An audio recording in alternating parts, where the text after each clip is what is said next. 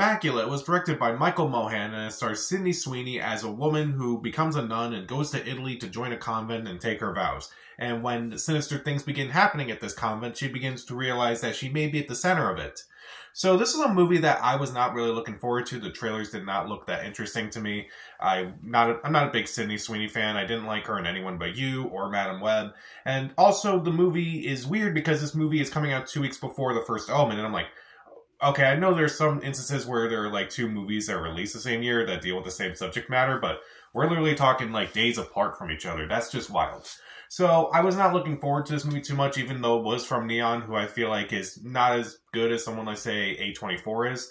But I still gave it a chance because why not? I do like an interesting horror movie every once in a while, and this movie is well made but not well written. I think that's kind of the biggest issue that I have with this movie. Is like, it's definitely a very competent movie in pretty much every regard except for the script. So let's talk about the things I do like in this movie. I do think this movie is gorgeously shot. It does look like a movie from that era where it's like, it kind of comes from the 70s where there was like a lot of religious horror movies and such, like say The Omen or The Exorcist, or there was another one that I forgot, but I think it had a Donald Sutherland in it, but it does look like it's kind of from that era a bit, where it's like it's kind of trying to emulate it and kind of pay homage to it.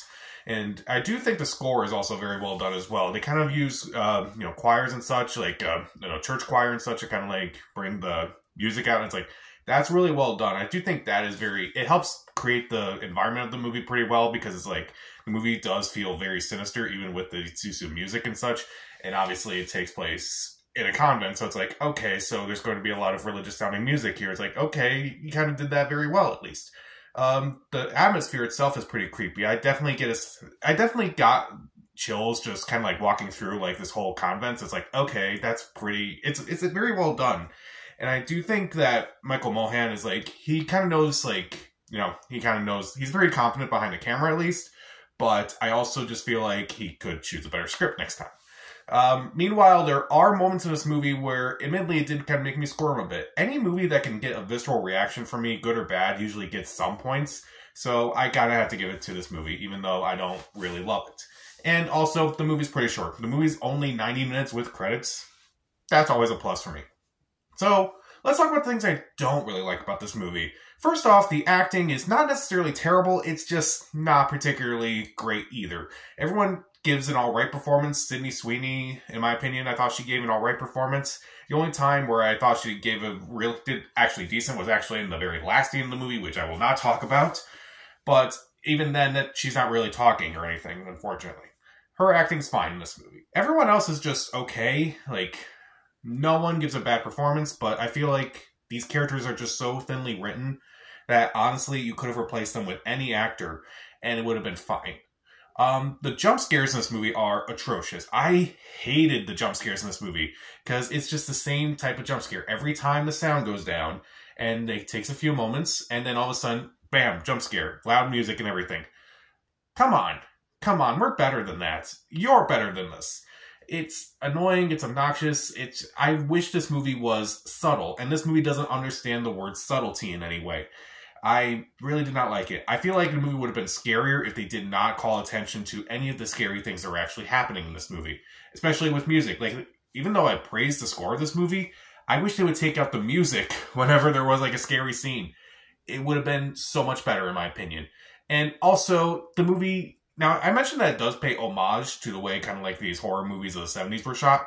This movie also basically kind of takes a lot of stuff from horror movies of that time and basically kind of like a lot of religious horror movies and kind of just does the same thing. It's like, there's nothing really new or interesting in this. Maybe in the last act when you find out like the real twist of this movie, but even then it's like, that's not even that surprising at this point. I've kind of seen this done in other movies before. So that's kind of the main issue that I have with this movie, is that it's a movie that's very well made, but not well written. And, those movies can be fine for a while. I kind of think of The Strangers, which is like, that movie was pretty intense, pretty intimidating and terrifying at times. But when you look at it, it's not really the most well-written movie out there. And also, even though the movie is pretty short, it does have a few pacing issues. This movie kind of drags for a bit and kind of just does the same thing over and over again. It's like, kind of just get to the point of this movie, and you do kind of get to the point, but it just, It feels like it takes an eternity, but it's really only 90 minutes. That's kind of an issue with this movie. So even though it looks great, the cinematography is gorgeous, the score is really good, the atmosphere is decent, and there are a few moments that kind of made me just look away and kind of like made me squirm and such, and there were admittedly a few clever moments here and there where a character kind of figures a way out of a situation. And admittedly it can be short, the pacing is just a bit off. The characters are very thinly written, the actors themselves just do an alright job. It kind of borrows heavily from a lot of other movies, to the point where it almost feels like ripoff, and a lot of the jump scares are just not scary and just not subtle. I don't know if this is going to be better than The First Omen. I'm thinking it will be, but this movie just did not really do it for me. So I'll give Immaculate 2.5 out of 4 stars. Stream it. So, what's your favorite art house horror movie? I don't know if I can classify this as an art house horror movie. This is kind of more commercial than something like, say, Hereditary or Talk to Me. Maybe closer to Talk to Me than Hereditary, but not as good as any of those movies. So, what do you think? Comment down below, subscribe to the channel. This is Pat, and stay safe.